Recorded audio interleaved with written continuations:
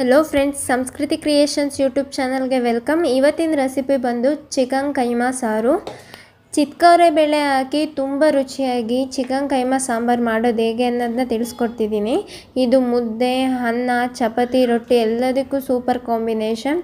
ಹಾಗಿದ್ರೆ ಬನ್ನಿ ಚಿಕನ್ ಕೈಮಾ ಸಾಂಬಾರ್ಗೆ ಬೇಕಾಗಿರುವಂತಹ ಇಂಗ್ರೀಡಿಯೆಂಟ್ಸ್ ಏನು ಅಂತ ನೋಡೋಣ।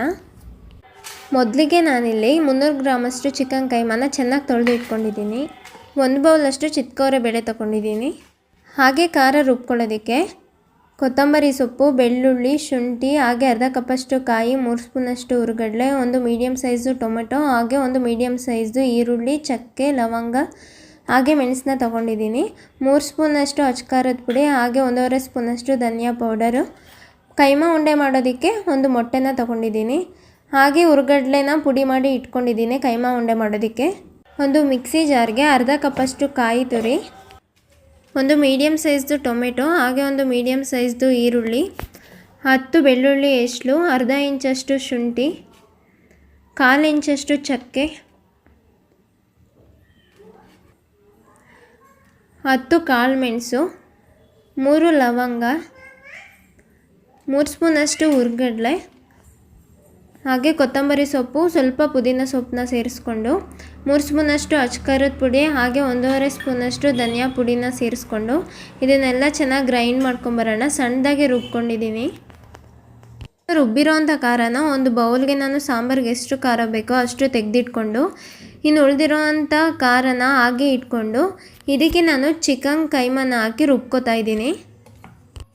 ನೋಡಿ, ಇಲ್ಲಿ ಮಿಕ್ಸಿ ಬೌಲಲ್ಲಿರೋ ಅಂಥ ಖಾರಕ್ಕೆ ನಾನು 300 ಗ್ರಾಮಷ್ಟು ಚಿಕನ್ ಕೈಮಾನ ಹಾಕ್ತಾಯಿದ್ದೀನಿ।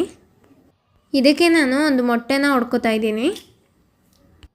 ಇದಕ್ಕೆ ನಾನೀಗ 4 ಸ್ಪೂನಷ್ಟು ಹುರಿಗಡಲೆ ಪುಡಿನ ಸೇರಿಸ್ಕೊತಾ ಇದ್ದೀನಿ। ನಾವು ಕೈಮಾ ಉಂಡೆ ಮಾಡಿದಾಗ ಉಂಡೆ ಒಡೆದಾಗಬಾರ್ದು ಅಂತ, ಸ್ವಲ್ಪ ಗಟ್ಟಿಯಾಗಿರಲಿ ಅಂತ ಹುರಿಗಡಲೆ ಪುಡಿನ ಸೇರಿಸ್ಕೋಬೇಕು। ಇದನ್ನು 1 ರೌಂಡಷ್ಟು ರುಬ್ಕೊಂಡು ಬರ್ತಿದ್ದೀನಿ। ರುಬ್ಬಿರೋ ಅಂಥದ್ದನ್ನ ನಾನು ಒಂದು ಬೌಲ್ಗೆ ಹಾಕ್ತಾಯಿದ್ದೀನಿ। ಈಗ ಸ್ಟವ್ ಮೇಲೆ ಒಂದು ಕುಕ್ಕರ್ನ ಇಟ್ಟು, ಕುಕ್ಕರ್ ಬಿಸಿ ಆದಮೇಲೆ 3 ಸ್ಪೂನಷ್ಟು ಆಯಿಲ್ನ ಸೇರಿಸ್ಕೊಂಡು, ಅರ್ಧ ಕಟ್ ಮಾಡಿ ಇಟ್ಕೊಂಡಿರುವಂಥ ಈರುಳ್ಳಿನ ಹಾಕ್ಕೊಂಡು ಇದನ್ನೆಲ್ಲ ಚೆನ್ನಾಗಿ ಫ್ರೈ ಮಾಡ್ಕೊತಾ ಇದ್ದೀನಿ। ಈರುಳ್ಳಿ ಎಲ್ಲ ಫ್ರೈ ಆದಮೇಲೆ ಒಂದು ಬೌಲಷ್ಟು ಚಿತ್ಕೌರೆ ಬೇಳೆನ ಸೇರಿಸ್ಕೊಂಡು ಇದನ್ನು ಕೂಡ ಒಂದು 2 ನಿಮಿಷದವರೆಗೂ ಹುರ್ಕೋತಾ ಇದ್ದೀನಿ। ಕೈಮಾಗೆ ಮಿಕ್ತಿರೋ ಅಂತಹ ಮೂಳೆ ಪೀಸ್ಗಳೇನಿರುತ್ತೆ ಅದನ್ನು ಈ ಅವರೆ ಬೇಳೆ ಒಳಗಡೆ ಹಾಕ್ಕೊಂಡು ಅದನ್ನೆಲ್ಲ ಚೆನ್ನಾಗಿ ಫ್ರೈ ಮಾಡಿಕೊಂಡು, ಮೊದಲೇ ರುಬ್ಬಿಟ್ಟಿರೋಂತಹ ಖಾರನ ಸೇರಿಸಿ ಚೆನ್ನಾಗಿ ಮಿಕ್ಸ್ ಮಾಡಿಕೊಂಡು, ಕೈಮಾ ಸಾಂಬಾರು ಯಾವ ಕನ್ಸಿಸ್ಟೆನ್ಸಿಲಿ ಬೇಕೋ ಅಷ್ಟು ನೀರನ್ನ ಆ್ಯಡ್ ಮಾಡಿಕೊಂಡು ಕುಕ್ಕರ್ ಮುಚ್ಚಳ ಮುಚ್ಚಿ 2 ವಿಷಲ್ನ ಕೂಗಿಸ್ಕೊತಾ ಇದ್ದೀನಿ। ವಿಷಲ್ ಕೂಗೋ ಅಷ್ಟರಲ್ಲಿ ನಾವು ಕೈಮಾ ಉಂಡೆ ರೆಡಿ ಮಾಡ್ಕೊಳ್ಳೋಣ।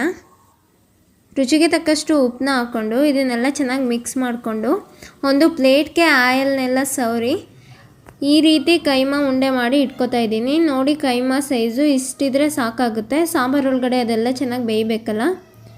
ಕುಕ್ಕರ್ನಲ್ಲಿ ಕೂಗಿಸಿಟ್ಟಿರುವಂಥ ಸಾಂಬಾರನ್ನ ಒಂದು ಪ್ಯಾನ್ಗೆ ಸೇರಿಸ್ಕೊಂಡು ರುಚಿಗೆ ತಕ್ಕಷ್ಟು ಉಪ್ಪನ್ನ ಹಾಕಿ ಇದನ್ನು ಸ್ಟವ್ ಮೇಲೆ ಚೆನ್ನಾಗಿ ಕುದಿಯೋದಕ್ಕೆ ಬಿಟ್ಟಿದ್ದೀನಿ, ಒಂದು 5 ನಿಮಿಷ ಅಷ್ಟೇ। ಸಾಂಬಾರೆಲ್ಲ ಕುದಿ ಬಂದಿದೆ। ಇದಕ್ಕೇ ನಾವೀಗ ಮೊದಲೇ ರೆಡಿ ಮಾಡಿ ಇಟ್ಕೊಂಡಿರುವಂತಹ ಕೈಮಾ ಉಂಡೆನೆಲ್ಲ ಒಂದೊಂದಾಗಿ ಸೇರಿಸ್ಕೊಳ್ಳೋಣ। ಸ್ವಲ್ಪ ದೂರಕ್ಕೆ ಸೇರಿಸ್ಕೊಳ್ಳಿ, ಕೈಮಾ ಎಲ್ಲ ಒಂದೊಂದೇ ಹತ್ತತ್ರ ಬಂದುಬಿಟ್ರೆ ಕೈಮಾ ಎಲ್ಲ ಒಡೆದೋಗುತ್ತೆ। ನೋಡಿ, ಕೈಮಾ ಎಲ್ಲ ಹಾಕಿದ್ದೀನಿ। ಇದನ್ನು ಒಂದು 2 ನಿಮಿಷ ಕುದಿಯೋದಕ್ಕೆ ಬಿಡೋಣ, ಕೈಮಾ ಎಲ್ಲ ಬೇಯೋದಕ್ಕೆ।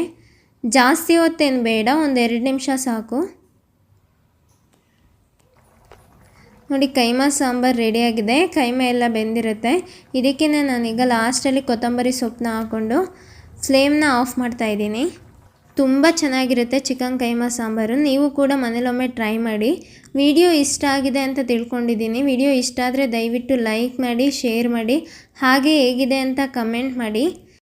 ನಮ್ಮ ಚಾನಲ್ನ ನೀವು ಇನ್ನೂ ಸಬ್ಸ್ಕ್ರೈಬ್ ಮಾಡ್ಕೊಂಡಿಲ್ಲ ಅಂದರೆ ದಯವಿಟ್ಟು ಈಗಲೇ ಸಬ್ಸ್ಕ್ರೈಬ್ ಮಾಡಿಕೊಂಡು ಪಕ್ಕದಲ್ಲಿರೋ ಬೆಲ್ ಐಕನ್ನ ಪ್ರೆಸ್ ಮಾಡಿ।